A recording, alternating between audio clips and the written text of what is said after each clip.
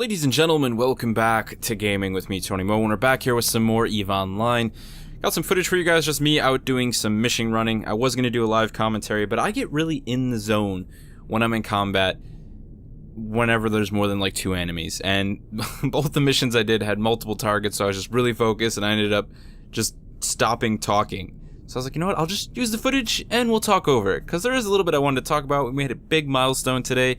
I trained up Covert Ops 1. That means I had everything else necessary, electronic upgrades level 5.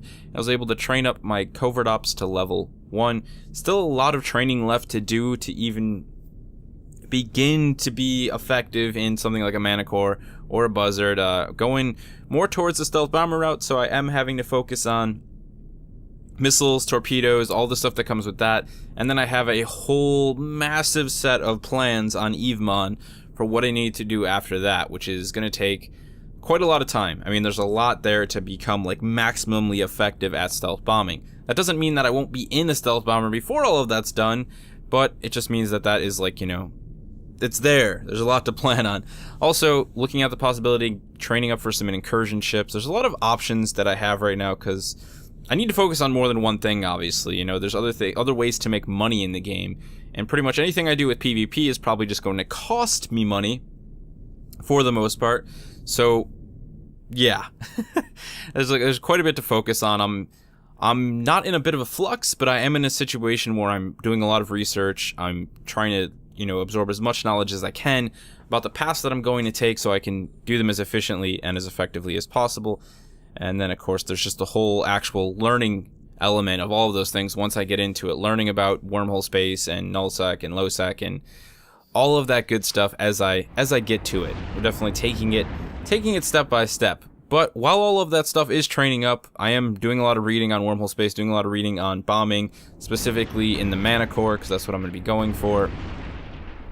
So that there's always research to be done in EVE. You know, there's always things you can be reading. There's no reason to just kind of sit around for 2 weeks, run missions, earn ISK, and then just, you know, kind of let your skills train up for whatever you're aiming for. There's always things to be learned about whatever it is you're going for, in this case for me, Covert Ops. So taking in as much knowledge as I can, watching videos wherever I can, and reading stories and, you know, bits and pieces of information and tips however and wherever I can as well, to get myself as prepared as possible for the faithful day when I stumble into wormhole or nullsec or lowsec and start engaging in PvP. Now, that is one of the things that I was also looking into, was just sort of getting into some sort of solo PvP right now, early on, you know, looking at fits for ships and ways I can do it, just to get a taste of it. You know, I wanted to do it in the most affordable manner possible, so I'm still reading up a lot on that. I have some ships that I'm trying to fit out back in Jeddah, however people like to pronounce it, that, you know, are hopefully going to end up being used for that. And I'll definitely make a video on my first PvP roam when I do that first solo roam. So I'm looking forward to that. I think that'll be a bit of fun. It'll be a nice break, and it'll also be, I really like to learn by doing, and I think that that's a very much, you know, you can do that just in about anything, right? Unless it's like going to space, in which case you can only sit in a simulator and then one day it's the real thing. But for the most part, in video games, you know, you can go out and try things, and it's not real life, you know, in that sense. Like, dying is dying in a game. Yeah, there's some time wasted, but at the end of the day, no harm, no foul, at least depending on how you personally look at it. That being said, in EVE, there's no harm in reading up on something before you go ahead and try and learn from doing it.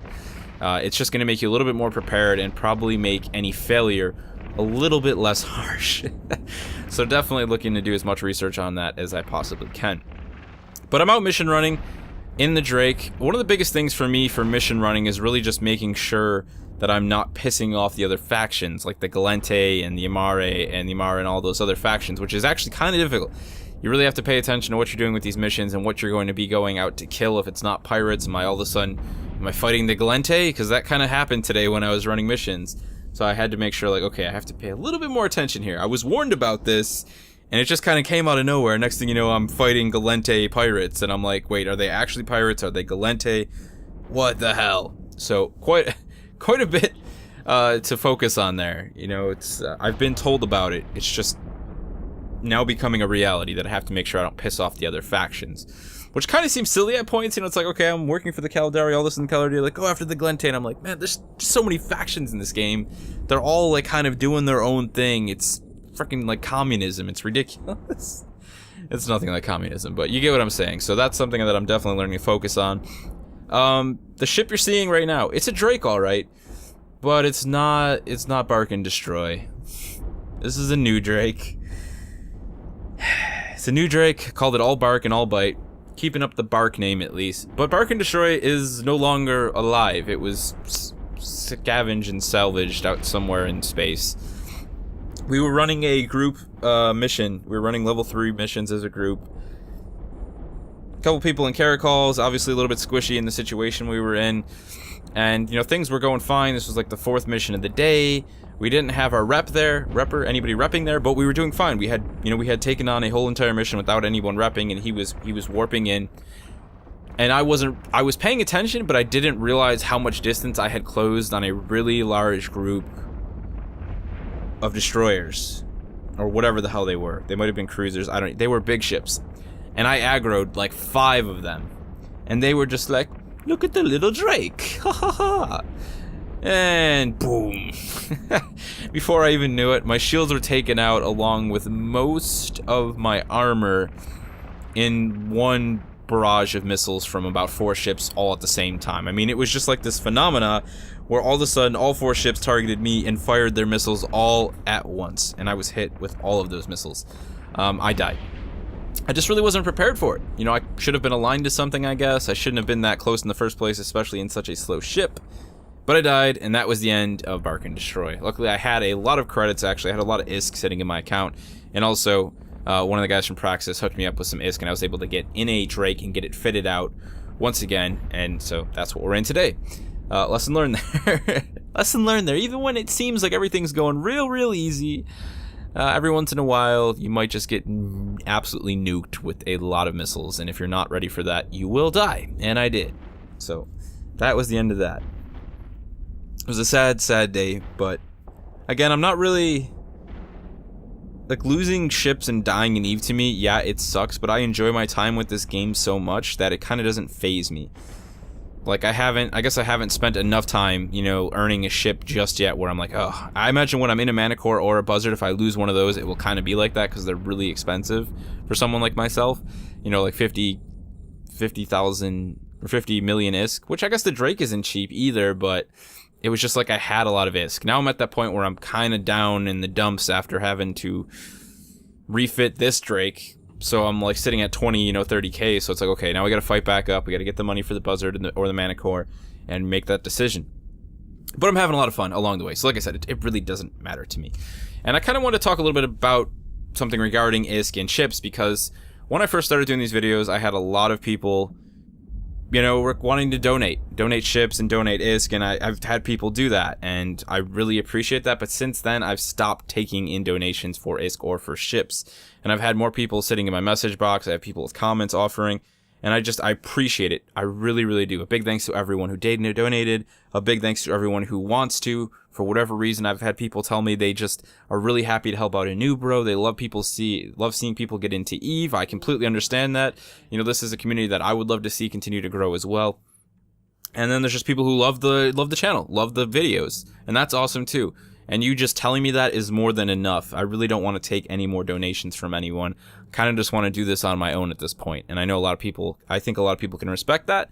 And I just wanted to make sure that was, you know, there was no sort of negative energy there between anyone. A big thank you to everyone who has and who has requested to. That's going to be the end of that. So what else did I want to talk about? There's quite a bit more, right? Because one of the big things that I did was I did a neural remap. When I was first starting to train a lot of the level 5 skills that were required for covert ops. And it saved me like 12 days in the end. It was a really good neural remap, and it was something that I spent a lot of time learning about before I did it. However, the only thing that I didn't learn about was the fact that you do actually get more than those 3 bonus neural remaps. I thought that was it. 3 neural remaps, game over. No more for the rest of the life of your character. Maybe somewhere down the line there was something. I just didn't do any research further than that. And then I found out, okay, no, you actually get 1 neural remap per year after that, which is still like, wow. Glad I spent some time realizing that those were pretty significant. So I did a pretty decent neural remap, and I'm proud of myself because it was something that I spent a lot of time learning what each of the things do. Okay, what does intelligence do? What does this do? What does wisdom do? What would be best for what I'm going to be training now? You know, seeing those obvious days that are saved when looking in EveMon, but at the same time, going forward, the skills that I have to train for covert ops and for, you know, stealth bombing, torpedoes, and all of that stuff, what is going to be the best layout? What's going to save me time with that?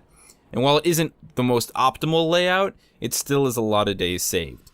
And it was funny because I thought like I did a really good job with that, and then I sit down and I'm talking to Armistice from Praxis, and he's like, no, yeah, that's actually pretty good. Like, you know, you could maybe save like 10 more days at one point if you queued up all of the stealth bomber things, but you still saved like 40 days or whatever. And I'm like, yes, I did this right. And I was very proud of myself. So that was good. I mean, it's crazy to think like how much of this knowledge for this game at one point was just learned by people making mistakes, trial and error. I wish I could have been a part of that. I really, really do. I wish I was playing EVE at the launch, because that would be something very, very special. And at the same time, I'm kind of like, thank goodness I didn't have to waste all 3 of my neural remaps and not realize what they were, because that would have sucked.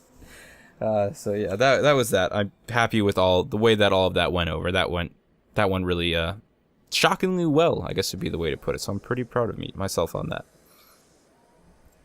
Now, there's not much else I wanted to talk about, really. You know, big milestone. Looking forward to doing more EVE videos for sure. I'm looking forward to start pushing into PvP finally. As much as I enjoy the PvE mission running, it can be challenging. I think the missions are actually really well put together, and I always get a huge laugh out of the dialogue that the pirates send to you when you show up.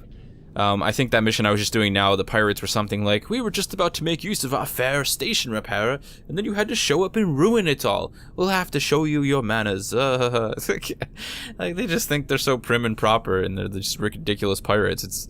The mission stories are actually really little fun missions. I really enjoy the dialogue. I really enjoy the setups. There's just something about them. They're really well done. But PvP at the end of the day is my main goal, really something that I want to get into. So that's the big goal moving forward. Obviously, the continued training of everything I need for stealth bombing and covert ops. And then, you know, outside of the game, I have a lot of research to do regarding wormhole space and everything that comes with, you know, stealth bombers. I've read so many articles on stealth bombing etiquette, and, you know, whether it's solo or in a group, and I've looked at so many different fits and, you know, the pieces, the rigs, and just how it all comes together. I just need to kind of get to that point now where I can put it there for myself and actually see it all come together and experience it in game. So still excited for EVE, the future of EVE, and still excited to be playing this game. It's something that I look forward to on a daily basis. Haven't been able to play it over as much as I would have liked to over the last couple of weeks, but I'm back on board. Like I said, just mission running in the Drake, always having a good time. There is something that I wanted to ask those of you who watch this video, those of you guys who are longtime EVE players, and that was, how long did it take you to move into PvP? Whether it be, you know, in low sec, null sec, or wormhole space. You know, when did you finally make that jump? How long was it after you started playing EVE? Or maybe you haven't made that jump at all. You know, kind of what was the biggest thing you looked forward to doing in EVE when you started? Did it disappoint? Or is it something that you still do to this day? I really want to hear from you guys on that one. Let me know down in the comment section below. And I'll see you guys in the next one.